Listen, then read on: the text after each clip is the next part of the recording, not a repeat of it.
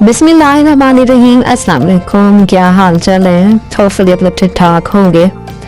आज मैं जो आपसे बातें शेयर कर रही हूँ वो कुछ अनहोनी तो नहीं है, लेकिन कुछ ऐसी बातें हैं कि जो हम वक्त और उम्र के साथ साथ सीखते हैं। कुछ ऐसी बातें जो हमारे दिल में भी होती हैं, महसूस भी करते हैं, लेकिन ज़रा कहना मुश्किल हो जाता है। तो चलें आए, आज आप भी दिल खोलें और मैं भी अपना दिल खोल कर बातें करती हूँ। अस्सलाम वालेकुम। सबसे पहले तो जिन्होंने अभी अभी हमें ज्वाइन किया है, तो सबसे पहले ये सोचना छोड़ दें कि मैं बस एक हाउस वाइफ हूँ। हाउस वाइफ अगर सोचे ना तो ये बहुत, इसके पीछे एक लंबी और गहरी कहानी है। वो सिर्फ एक हाउस वाइफ नहीं है, बल्कि उसकी बिजीनेस के पीछे आप अगर सोचें तो पूरा घर चल रहा है। और वो कुछ लोग सोचती हैं, जब उनसे कोई पूछता है ना कि आप क्या करती हैं, तो वो समझते हैं कि शायद हम घर में रहते हैं तो हमारी कोई अहमियत नहीं है, कोई वैल्यू नहीं है। लेकिन आपने ये नहीं सोचना, बल्कि ये देखें कि जो शोहर के काम हैं, जो बच्चों के काम हैं, वो टाइम पे स्कूल जाते हैं, ऑफिस जाते हैं, घर के कितने सारे काम हैं। वक्त से पहले उठना होता है, उनके सुबह सवेरे उठना होता है। सुबह सवेरे उठते ही पहले जाके देखना होता है कि कौन से काम पेंडिंग है वो करने हैं, कौन से काम जो है वो आगे करने हैं, तैयार करके रखने हैं। बच्चों के टिफिन से लेके हस्बैंड के कपड़े इस्त्री करने तक सारे काम उनके उठने से पहले पहले करने होते हैं। फिर घर में कोई बुजुर्ग हो तो उसको चाय वगैरह का भी पूछना होता है, उसको हल्का फुल्का नाश्ता भी करवाना होता है। तो ये सब किसकी जिम्मेदारी है? हाउस वाइफ की। तो फिर क्या होता है, ये हाउस वाइफ जो होती है वो सफाई भी करती हैं, खाना बनाती हैं फैमिली में, और भी बहुत सारे ऐसे काम होते हैं कि जो करने होती हैं, और उनके बगैर घर का निज़ाम सिस्टम चल ही नहीं सकता। अब ये सब जो है ना ड्यूटीज देते देते हम लोग हाउस वाइफ, हाउस मेकर जिसका नाम है ना, वो खुद को कहीं छोड़ जाते हैं, खो जाते हैं, हम गुमा देते हैं अपने आप को। तो खुद को तवज्जो देते ही नहीं है, क्योंकि खुद के लिए टाइम ही नहीं बचता। ये सारे काम जो है ना हम डेली रूटीन में करते हैं, बिना छुट्टी के, बिना किसी की तारीफ किए हुए, डांट डपट सुनते हुए, लड़ाई झगड़े करते हुए, जो मर्जी हो हमने ये काम करने ही करने, क्योंकि हम हैं होम मेकर, हम हैं हाउस वाइफ। अच्छा, सबसे पहले जो बात रियलाइज करनी है ना वो ये कि हम होम मेकर ही नहीं है सिर्फ, कि जो सिर्फ दिन भर मेहनत करती हैं, बच्चों का ख्याल रखती हैं। सबसे बड़ी बात है कि हस्बैंड की लाई हुई कमाई हम कितनी जो है ना जिम्मेदारी के साथ, ईमानदारी के साथ, और फिर किफ़ायत शुमारी के बच भी जाएं पैसे तो हम खर्च करते हैं। तो जब कोई आपसे पूछे ना कि आप क्या करती हैं, तो आपने शर्मिंदा होने के बजाय, आए बाएं शाही करने के बजाय आप फख्र से बताया करें, जी मैं हाउस वाइफ हूँ, मेरी वजह से घर का पूरा सिस्टम चल रहा है। तो ये नंबर 1 पॉइंट आपने अपने जहन में रखना है। घर चलाना कोई छोटा मोटा काम नहीं होता। अच्छा चले नंबर 2 पे हम बात करते हैं कि जिस पर आपने गौर करना है, इम्प्लीमेंट जरूर करना है। हर किसी को खुश करना जरूरी नहीं है। जब नई नई शादी होती ना तो कुछ लड़कियां जो होती हैं उनकी एज कम होती है, जाहिर सी बात है, जब मेरी भी शादी थी तो एज कम थी, तो बहुत सी बातें दिल को परेशान करती रहती थी कि जैसे हस्बैंड किसी बात पे नाराज ना हो जाए, हस्बैंड को ये ना बुरा लग जाए, सास को ये ना बुरा लग जाए।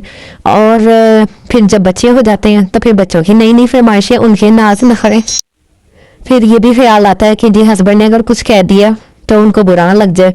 फिर वो हम बैठे सारा दिन बैठे सोचती रहती हैं कि हाय अब क्या होगा, अब ये कहीं लड़ाई झगड़ा ना बन जाए, कहीं वो मुझसे ना खुश ना हो जाए। तो ये सबसे बड़ी गलती है कि हम दूसरों को खुश करने में ना अपनी पर्सनैलिटी को कहीं ख़त्म कर देती हैं, अपनी पसंद नापसंद की कुर्बानी देती चली जाती हैं। सब कुछ आहिस्ता आहिस्ता जो होता है ना वो दब जाता है। मैं भी अक्सर शुरू में ऐसे ही सोचती थी कि आप यकीन करें कुछ लोग ऐसे होते हैं ना, उनके लिए कुछ भी कर लें आप तो वो राजी नहीं होते। इसलिए मैंने आहिस्ता आहिस्ता यही सीखेगा, खुद को टाइम दूं, अपनी सेहत का ख्याल रखूं, सेहतमंद रहूंगी तो घर की जिम्मेदारियां उठा पाऊंगी ना। तो आज मैंने अपनी जो है ना वो खुद की जिम्मेदारी खुद उठानी है, खुद का ख्याल खुद रखना है। अच्छा नंबर 3 पॉइंट पे बात करती हूँ, जो है हर रिश्ते को बचाना आपकी ड्यूटी नहीं है। आप ये ना समझे कि मैं अपना दिल मार लूंगी, मैं चुप रह लूंगी, मैं हालात से गुजारा कर लूंगी, सब कुर्बानी आपने देनी है। दूसरे वाला जो सामने वाला शख्स है वो रिलैक्स रहे, वो खाता पीता रहे, वो बाहर आता जाता रहे, चाहे वो आपके हस्बैंड हो चाहे वो आपके दूसरे। जब आप सहती रहती हैं तो फिर ये जो गुस्सा होता है ना ये लावा बनकर निकलता है, जो सबसे ज्यादा नुकसान देता है। आपका हर वक्त खामोश रहना और ये समझदारी नहीं कहलाती। सामने वाला आपको आपकी कमजोरी समझता है, वो ये समझता है कि बस इसके ऊपर जुल्म किए जाओ, इससे काम करवाए जाओ, इसको बुरा भला कहे जाओ, इसको झगड़ते रहो। तो ये तो इसकी आदत है खामोश रहना। इसने खामोशी से जहाँ ज़रूरत हो आपने बोलना है, अपनी राय देनी है। तो ये बात ज़रूर जहन में रखें, अपने हक के लिए आवाज़ उठानी है। अच्छा, नंबर 4 पे आपसे बात करती हूँ कि लोगों को ना कहना सीखें, खुद को ज़्यादा ना थकाएं। कि आप बस ये ना समझें कि बच्चों ने जिद कर दी फ्राइज़ की, तो चलो जी फट से जिस फ्राइज़ बना दी। बच्चे बनाएं, ज़रूर बनाएं, मैं ये नहीं कहती, लेकिन जब दिल नहीं कर रहा ना तो उनको टाल दें, उनको किसी बात से मना कर दें। हस्बैंड कुछ कह रहे हैं, ससुराल वाले कुछ कह रहे हैं। ससुराल वाले अक्सर ये होता है कि कभी कोई काम कह देते हैं, कभी कोई काम कह देते हैं, तो वो आप कभी कर दें। कभी अगर आपका दिल नहीं चाह रहा, आप थकी हुई हैं, आप बीमार फील कर रही हैं, यानी कि कोई फिजिकल प्रॉब्लम आ रही है, तो आप उनको कह दें कि जी अभी फिलहाल मैं नहीं कर सकती, ऐसा मेरे साथ मसला है, तो या तो आप खुद कर लें या वेट कर लें, मैं मेडिसिन वगैरह लेके थोड़ा सा रेस्ट करके फिर करूँगी ये सारे काम। लेकिन ये नहीं है कि अब आप बीमारी भी सह रही हैं, आप यानी कि थकी भी बहुत ज़्यादा है, और फिर आपने हाँ कह दी कि अच्छा मैं करती हूँ। तो ये तो इस तरह फिर उनको फारिग वेले बैठने की तो आदत पड़ गई, क्योंकि एक काम वाली तो हर टाइम तैयार रहती है। तो अपने आप को थका थका के जो है ना वो करना, परेशान करना, काम करते रहना, ना कहना, तो ये अपने आप के साथ बेइंसाफी है, ना इंसाफी है। अच्छा, मैंने जब से ना कहना सीखा है ना, तो मैं खुद को थोड़ा हल्का फुल्का महसूस करती हूँ, और सामने वाले को नो कहना जो है ना वो कोई इतना वो बड़ा मसला नहीं है। तो जिस्मानी लिहाज से थोड़ा सा ब्रेक लेना ज़रूरी है। अच्छा, नंबर 5 पे आ जाते हैं कि अगर आप जैसे जॉब करती हैं, घर के काम करती हैं, तो ये ना समझे कि बस हर काम एक्यूरेट होना बहुत ज़रूरी है, उसमें परफेक्शन बहुत ज़रूरी है। जब इंसान इतने सारे काम करता है तो कहीं ना कहीं झोल रह ही जाता है। जैसे कभी रोटी जल जाती है, सालन खराब हो जाता है, सफाई देर से हो जाती है, तो टेंशन नहीं लेनी। आपने इस काम बात में नहीं पड़ना कि जी परफेक्ट क्यों नहीं हो रहा काम, जो हो जाए आसानी से कर लें, जो ना हो सके उसे कल के लिए रख लें, जो ज़रूरी काम है वो कर लें। बाकी किसी की हेल्प अगर लेना चाहें तो वो भी दे सकती हैं। ज़िंदगी कोई इंस्टाग्राम पे स्टोरी नहीं है जो हर चीज़ सजी सजाई पेश की जाए, थोड़ी बहुत गड़बड़ हो ही जाती है। एक काम और करना आपने अपने साथ, कभी अकेले भी बैठा करें, बच्चों की आवाज़ों से दूर, शोहर की फरमाइशों से दूर, रिश्तेदारों की जो जले कुटी बातें उनसे दूर। किचन में आपको प्रेशर कुकर की सीटी की आवाज़ तो सुनाई दे देती है, तो क्या कभी आपने अपने दिल की आवाज़ सुनी है कि वो क्या कह रहा है? कभी 10 मिनट खुद को दिए, बगैर टीवी के, बगैर मोबाइल के। इस तरह करने से ना आपको अपनी असल सोच और फीलिंग का पता चलेगा। मुझे याद है मैं एक बार छत पे बैठी हुई थी, डूबते सूरज को देख रही थी और हवा बड़ी अच्छी चल रही थी, तो बस मुझे फिर जो है ना वो कुछ पिछली बातें याद आ गई, जैसे शादी से पहले की कितनी बेफिक्री, ये वो, किस तरह वालदैन बहन भाई आगे पीछे। तो मेरी आंखों में ना यकीन करें आंसू आ गए। मैंने सोचा कि ये अब मैं किस माहौल में रह रही हूँ, अब मैं क्यों इतनी फिक्र कर रही हूँ, अब मैं क्यों मरी जा रही हूँ सारे काम को करने के लिए, तो ये काम मैं आराम से भी कर सकती हूँ। क्यों मुझे टेंशन है बच्चों की, क्यों मुझे टेंशन है हस्बैंड की, अर्निंग की। तो ये सारी बातें ना मैं तो छोड़ दी, इस ज़िंदगी तो ऐसे ही गुजरती रहेगी। अपने लिए टाइम निकालें, कभी कोई पुरानी एल्बम निकाल कर देखें, कभी कोई अच्छी किताब पढ़ लें, कोई पुरानी डायरी निकालें, उसको सजाएं, खोलें, उसके पन्ने साफ करें, अपने पुराने ख्वाबों को पूरा करने की कोशिश करें। अच्छा जी, नेक्स्ट बात, दूसरों से ना अपना कंपैरिजन करना छोड़ दें। जब जैसे कि हम मोबाइल ऑन करते हैं तो मोबाइल में तरह तरह के ब्लॉगर्स, तरह तरह के इन्फ्लुएंसर्स जो है ना वो अपनी शानदार लग्जरी लाइफ दिखा रहे होते हैं, तो हमने उनके पीछे नहीं भागना। हमने अपनी गुंजाइश के मुताबिक अपने पाँव फैलाने हैं। हमने किसी को देख के ये नहीं देखना कि किसी का किचन बहुत अच्छा नजर आ रहा है तो मुझे भी अपना किचन बहुत अच्छा करना है। ठीक है, कोशिश करनी चाहिए, आहिस्ता आहिस्ता सारे काम अच्छे अच्छे करने की कोशिश करनी चाहिए, लेकिन इसके लिए ना लड़ाई झगड़ा डालना चाहिए, ना इसके लिए टेंशन लेनी चाहिए, ना ही इसमें एहसास कमतरी का शिकार होना चाहिए। क्योंकि मैं खुद एक यूट्यूबर हूँ, कई बार मुझे कुछ चीज़ों को, कुछ स्टोरीज को ऐसे सजाना पड़ता है कि जैसे कि बहुत अच्छा है, बहुत, हालांकि मेरी लाइफ में भी बहुत कुछ चल रहा होता है सारा। अब हर जिंदगी की लाइफ का हर पार्ट तो न दिखाया जा सकता कि पता नहीं पीछे क्या कुछ हो रहा होता है।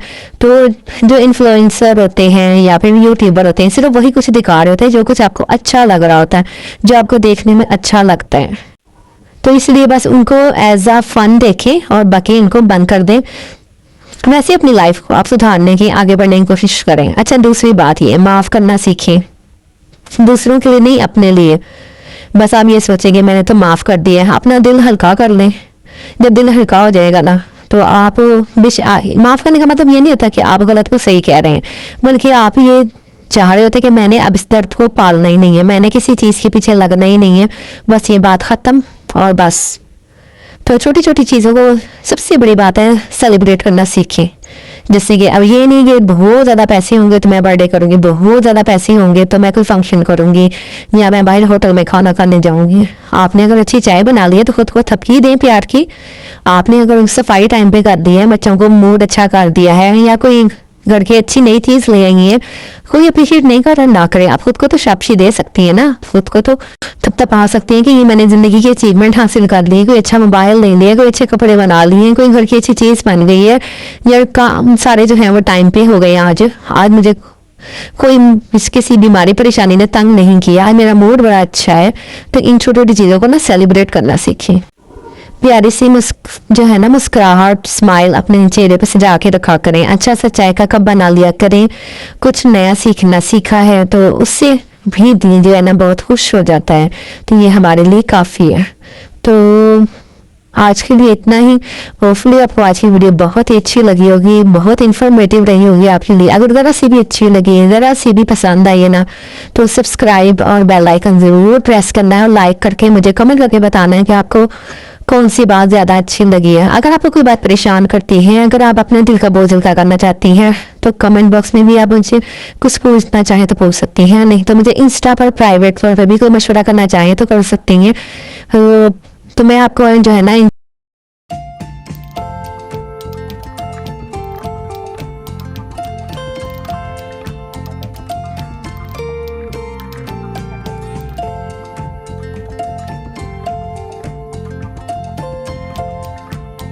इंस्टा का जो है स्क्रीनशॉट दिखा देती हूँ, उस पर जाके मुझे जो है ज्वाइन भी करें और क्वेश्चन करके पूछ भी सकती हैं। क्योंकि इंसान जब एक दूसरे से कुछ कहता है ना, तो दिल का बोझ हल्का हो जाता है। कोई परेशानी होती है, हमने किसी अपने को नहीं बतानी होती, किसी अननोन बंदे से पूछ के ना इंसान अच्छा सा मशवरा लेके, तो दिल जो होता है वो हल्का हो जाता है।